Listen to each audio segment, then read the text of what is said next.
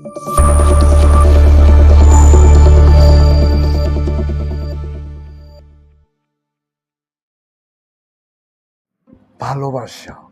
ভালোবাসা এমন একটা জিনিস যেটা একটা পবিত্র, কিন্তু আজকাল যে ভালোবাসা, এটা আসলে ভালোবাসা না, এটা হচ্ছে ভালো লাগা। যেমন একটা মেয়েকে আমার পছন্দ হলো, আমি তাকে প্রপোজ করলাম, মেয়েটা রাজি হয়ে গেল। মেয়েটা রাজি হওয়ার পর কিছুদিন পর ডেটিংয়ে গেলাম, চেটিং করলাম, ঘুরলাম, ফিরলাম, তারপরে মেয়ের সঙ্গে মেলামেশা করলাম, বাস পরের দিন মেয়েকে না বলে দিলাম। এটা শুধু ছেলেদের দোষ না, এখানে মেয়েদেরও দোষ আছে।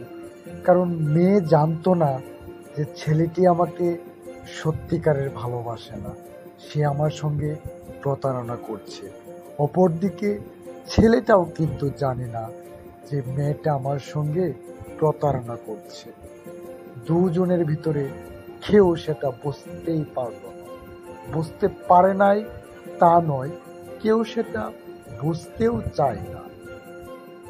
আপনারা ভাবতে পারেন যে আমি ওয়াসিম ভালোবাসার বিরুদ্ধে।